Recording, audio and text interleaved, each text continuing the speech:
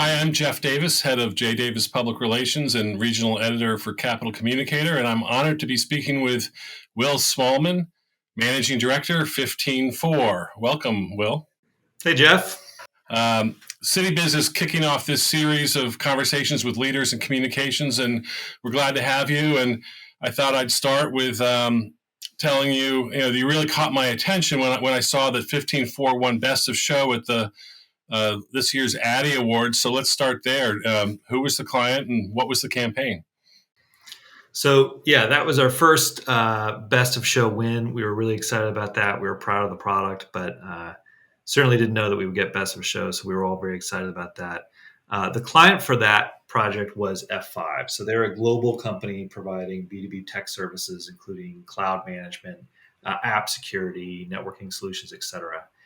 And the Black Leaders in Tech event was really about spotlighting the unique and specific challenges faced by Black men and women working in high profile tech jobs. And that includes the F5 CEO. So, our function in that event was largely around providing video, a whole range of video from including an interview actually between the F5 CEO and Trevor Noah, which we filmed in New York. It was really fun.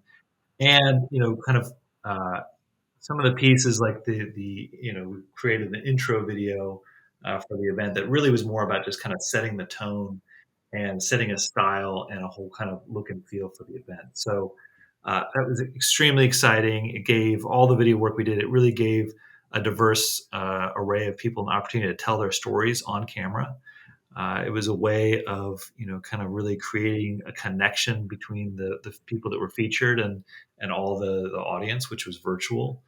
And created kind of just a tone of anticipation and excitement throughout, and a real feeling of purpose. So that was our second big project with F5, and we actually just wrapped another big project for them called F5 Agility just this month. That sounds great. Congratulations again on that. So let's talk about 15.4. How and when did you get started? Who's on the team? And talk about the name. Yeah, people always ask about the name, and actually it is related to the origin story. So the company was founded actually by my older brother, Steve Smallman, and his business partner at the time, Kurt Dutra. And it was founded on 1504 Pressman Street, which is right here in Baltimore, in West Baltimore, actually. So, they were looking for a name that was more than just, that was more, wasn't just connected to their own last names. And so they thought, well, here we are starting at 1504 Pressman, and Baltimore is an important part of our origin story. So we'll call it 15.4. That, originally in the early days, the agency was really built around, it was really not an agency, actually, it was a video production shop. And it was designed, to kind of create corporate video content in an era when that was pretty new. This was right when YouTube launched, and the idea of having a cinematic quality corporate video was kind of a novelty. It was an original idea. So 15.4 was started creating these types of videos originally in the nonprofit space, and then it shifted into a lot of B2B tech work when we started working with Sienna here in Hanover, Maryland. So over the years, it quickly evolved from being a video production shop to being a full service agency. So we added, started with live action video, then added animation, then we added a graphic design team, and then brand strategy, and then, ultimately web design and development as well. So what started kind of filling a niche role in terms of creating cinematic video really evolved into a full service creative shop. Great. So what would you say differentiates 15.4 from other creative firms? Yeah, so it's a great question. I would say in terms of the services we offer, we're probably not differentiated. We offer, again, brand strategy, graphic design, video and animation, web design development. There are other agencies that provide that. What differentiates us is really our focus on complex service offerings, particularly in B2B tech and government services, including government contractors. So, the F5 win is a great example of that.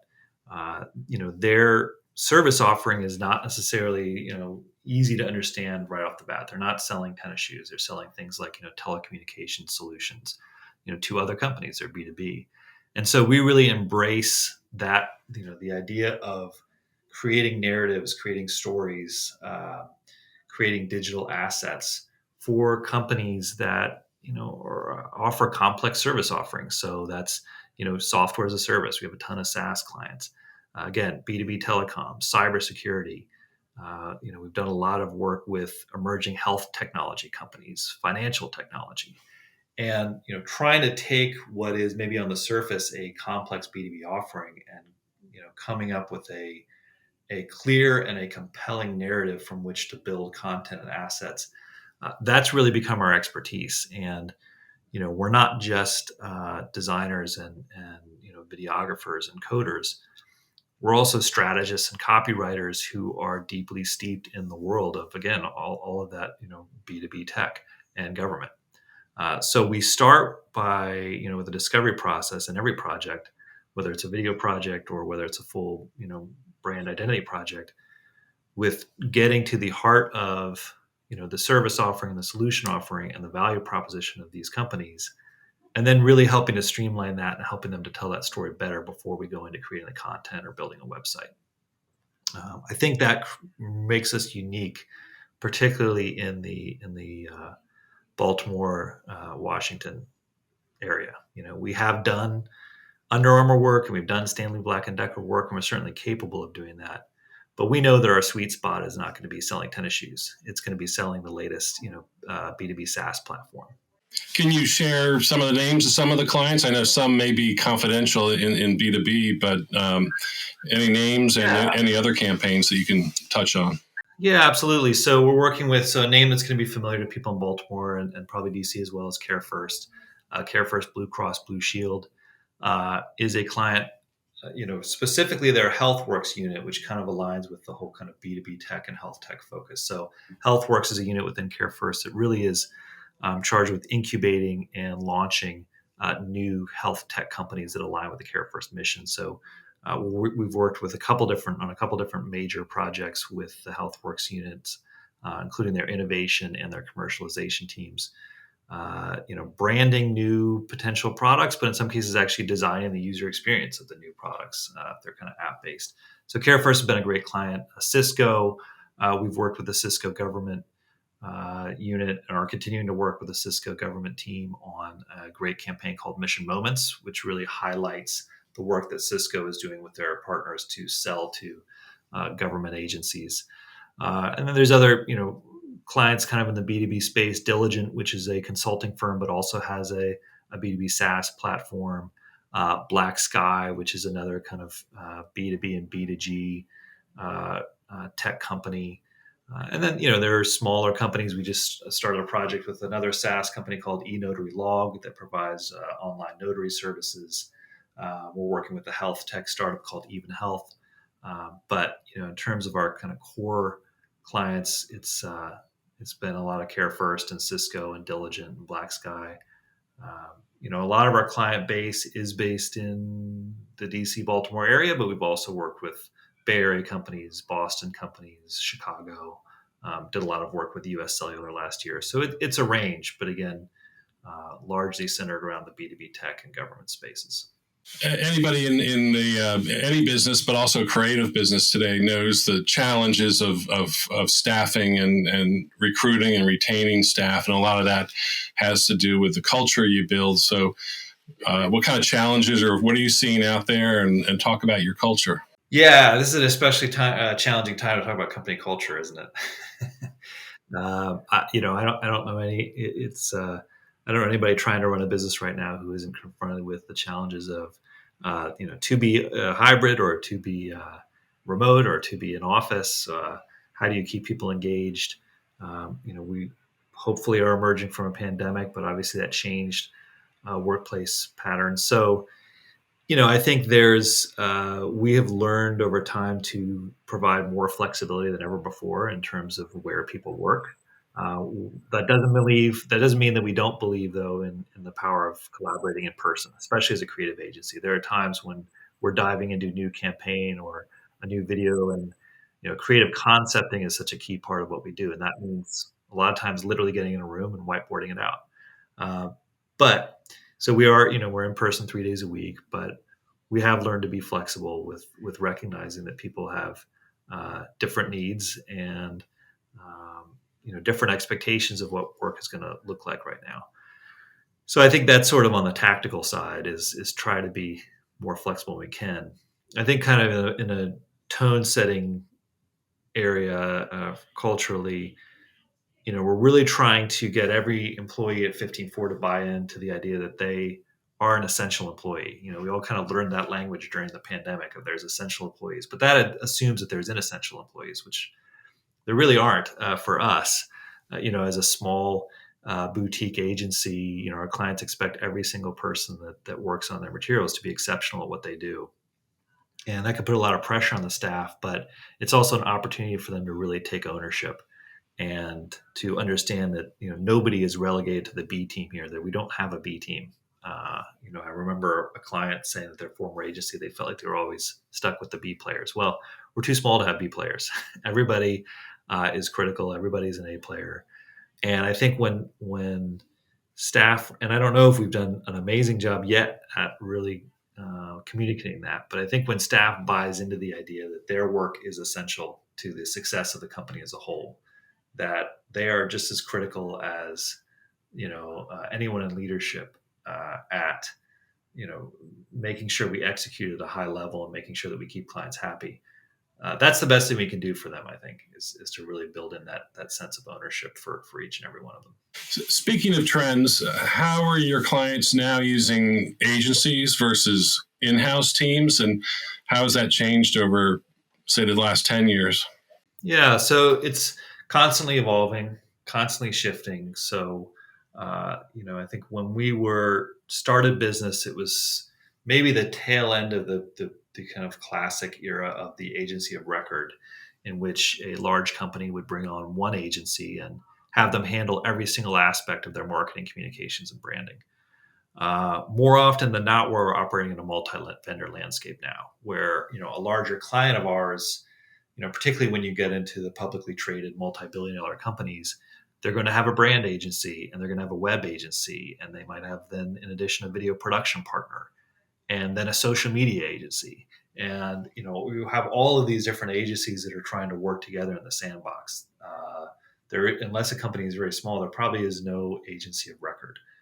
In some cases, there still is, but increasingly, there, as an agency, you have to be ready to know your role and know how you're going to be positioned among the multi-vendor landscape that they're working with.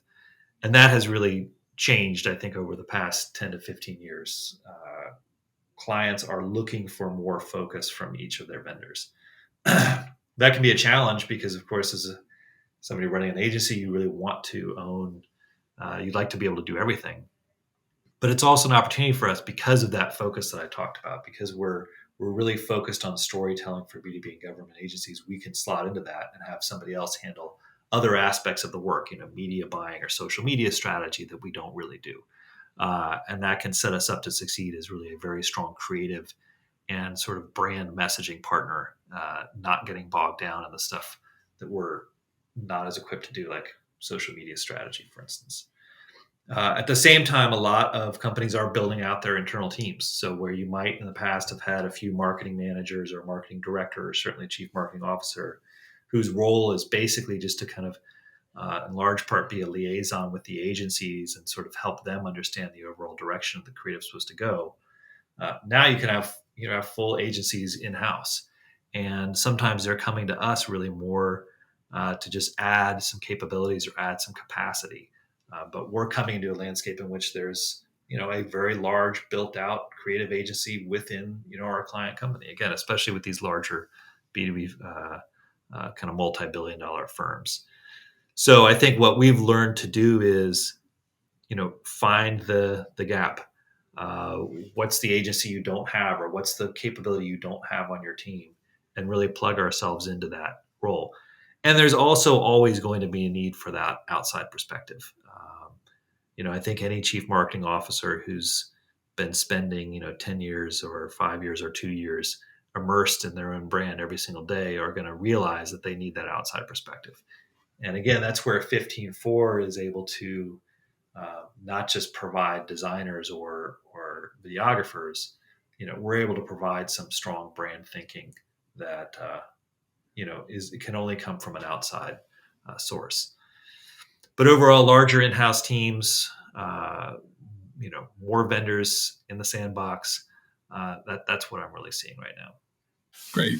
So for my final question, just wanted to, number one, thank you for joining us today, but is there anything else you'd like to add? No, this was great, Jeff. I would just say that, I'm really excited about what this year is going to bring as the economy continues to open up. I'm really excited about what's happening in DC and Baltimore. This region is so much more than just government contractors, although there's lots of government contractors, but the kind of explosion of tech companies in the Reston area, certainly in Columbia, Maryland, the kind of continuing push for innovation that companies like CareFirst are pushing for. There's a lot of exciting economic activity happening in this region, particularly around the stuff that we love to do, like B2B tech and health tech, life sciences. So I just generally feel really optimistic about the year ahead, and just excited to be part of this region and be kind of a player as part of 15.4. Well, I want to thank you for your time today and for sharing the 15.4 story with Citybiz. Thanks. Thank you, Jeff.